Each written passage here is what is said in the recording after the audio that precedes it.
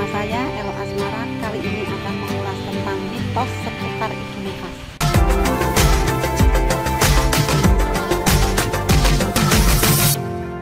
Masa nifas adalah masa setelah keluarnya plasenta sampai kembalinya fungsi rahim kembali normal seperti biasa. Biasanya memakan waktu sekitar 40 hari.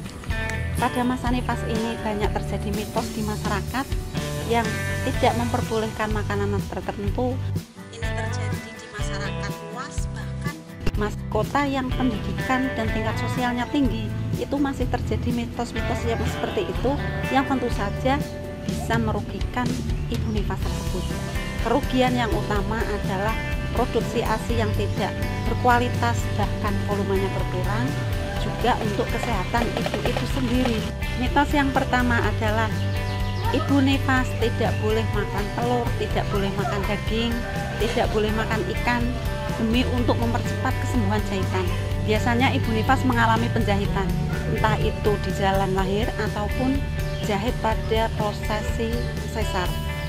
Pada jahitan tersebut justru dibutuhkan protein yang tinggi untuk mempercepat proses penyembuhan, karena luka itu butuh regenerasi sel-sel pertumbuhan, merekatkan kembali daging yang mengalami sobek.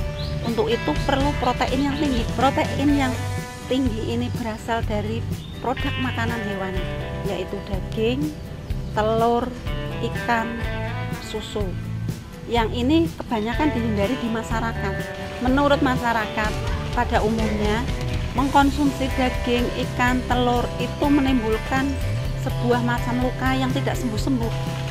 Padahal orang yang menurut bahasa Jawa itu adalah proses infeksi. Infeksi apa? Karena jahitan yang tidak cepat sembuh itu menimbulkan resiko infeksi, yaitu karena ada kuman masuk, daya tahan tubuhnya tidak bagus karena tidak makan daging, ikan, ataupun telur tadi.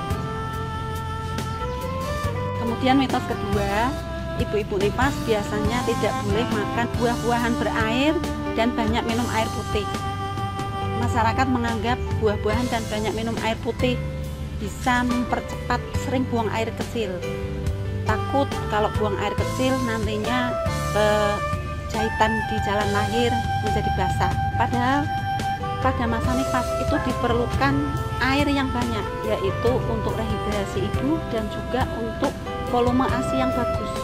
Padahal ibu hamil ketika sering buang air kecil itu metabolismenya berjalan bagus, kemudian sering kena air dibersihkan, itu justru akan memperbersih daerah kewanitaan. Karena jangan takut nanti tambah tidak sembuh karena jahitan di dalam jalan lahir itu berbeda jahitan luka di luar tubuh kita. Mitos berikutnya adalah ibu nifas tidak boleh makan sambal. Nah, ini yang menarik di sini. Makan sambal itu, sambal merupakan makanan yang merangsang. Jadi ketika ibu nifas daya tahan tubuhnya bagus, kemudian bisa toleransi terhadap makanan yang ekstrim yaitu pedas tadi, maka diperbolehkan. Menurut masyarakat, makan sambal itu bisa bikin bayinya mencret. Padahal sambal atau makanan itu masuknya adalah ke usus, ke saluran pencernaan. Sedangkan air susu ibu itu dihasilkan oleh kelenjar sendiri di payudara. Jadi tidak ada sambungan sama sekali antara alat pencernaan dan kelenjar di payudara. Jadi ketika ibu nifas itu bisa toleran terhadap sambal, maka diperbolehkan, tidak apa-apa untuk mendukung kelancaran makan dan nafsu makan ibu nifas.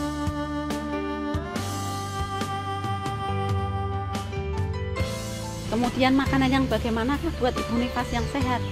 Ibu nifas karena sudah mengeluarkan banyak zat gizi ketika untuk kehamilan dan proses persalinan, maka ibu nifas perlu mengganti makanan-makanan itu dengan makanan yang bergizi seimbang. Makanan ibu nifas tetap seperti makanan ibu hamil, berupa makanan bergizi seimbang yang terdiri dari karbohidrat, protein, vitamin, mineral, dan juga lemak. Jadi untuk ibu nifas ada beberapa poin yang perlu diperhatikan. Yang pertama, makanan bergizi seimbang. Yang kedua, perlu suplemen tambah darah selama 40 hari. Suplemen tambah darah ini bisa dibeli oleh ibu nifas bebas di apotek, yaitu Z, atau tablet tambah darah, atau istilah yang lebih umum adalah bisa beli dengan istilah tablet besi. Tablet tambah darah ini dijual bebas di apotek dan ibu nifas hendaknya minum tablet tambah darah ini selama 40 hari. Kemudian yang ketiga adalah tidak kalah penting vitamin A. Vitamin A ini buat ibu nifas adalah 2 kapsul selama 24 jam. Hari ini minum jam 9, kemudian besoknya lagi jam 9 minum tablet vitamin A. Kapsul vitamin A ini penting untuk meningkatkan konsentrasi vitamin A di air susu ibu, dimana kita akan menyusui secara ASI eksklusif dari lahir sampai 6 bulan. Maka suplementasi vitamin A ini penting sekali untuk mendukung kecukupan vitamin A di ASI yang sangat penting buat bayi kita. Vitamin A ini bisa diperoleh di tempat-tempat persalinan atau di bidan desa atau di puskesmas, atau bisa dimintakan di tenaga kesehatan di seluruh Indonesia. Yang keempat adalah minum air putih sebanyak 3 liter sehari. Minum air putih ini berguna untuk rehidrasi bagi ibu nifas dan juga untuk meningkatkan volume ASI. Yang kelima adalah jangan lupa memperbanyak sayur-sayuran dan juga buah-buahan. Sayur dan buah dimakan sehari minimal 3 kali. Bisa sampai 4 dan 5 kali sehari dalam rangka untuk meningkatkan daya tahan tubuh ibu, untuk meningkatkan kecukupan vitamin dan mineral bagi ibu nifas. Makanan bergizi seimbang kalau kita wujudkan dalam piring makan sehari-hari itu adalah terdiri dari nasi, sayur-sayuran, lauk pauk, kemudian buah. Nasi bisa ada penggantinya, yaitu berupa roti, mie, kentang, singkong, ketela, jagung, gandum. Kemudian protein atau lauk pauk itu adalah terdiri dari tahu, tempe, kemudian daging ayam, daging sapi, susu, dan juga ikan. Lauk pauk sebagai sumber protein yang berkualitas perlu kita pilih-pilih untuk usia 30 tahun ke atas, yaitu putih, telur. Kemudian dari golongan daging kita pilih daging murni. Daging murni yang terbebas dari jeroan, gaji, asinan, tetelan, kulit. Kemudian dari jenis ikan kita perlu pilih yang berkualitas, yaitu ikan murni, ikan yang jelas ada kepala, sirip, kemudian ekornya. Kita hindari yang tidak berkualitas, contohnya sotong, kerang, kijing, seriping, kemudian bukur.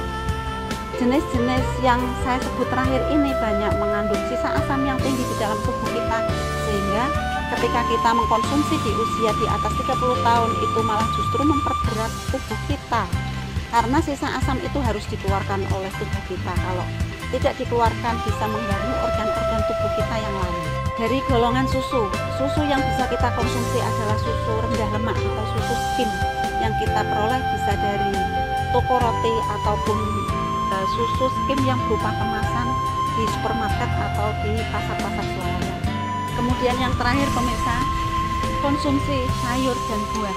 Ini yang jarang dilakukan oleh masyarakat, bahwa konsumsi sayur dan buah itu adalah minimal sehari 3 kali. Jadi pagi hari harus pakai sayur, siang pakai sayuran, sore juga pakai sayuran. Demikian juga buah-buahan. Buah-buahan minimal 3 kali, pagi, siang, sore. Bahkan anjuran dari pemerintah yang sekarang, kita mengkonsumsi sayur dan buah itu kalau bisa 5 porsi sehari. 1 kali porsi adalah 100 gram sayuran, kemudian bisa sekitar 50-75 gram buah-buahan. Demikian pemirsa, supaya ibu nifas sehat, bayi kita bisa memperoleh ASI eksklusif dengan lancar, bahkan sampai menyusui 2 tahun tanpa kekurangan ASI. Jangan lupa like dan share video ini agar bermanfaat bagi ibu nifas yang lain. Untuk ibu-ibu yang belum jelas, bisa menghubungi kami di nomor ini. Kami insya Allah akan menjawab, walaupun mungkin agak lama, lebih dari 24 jam. Nantikan video kami selanjutnya. Jangan lupa subscribe.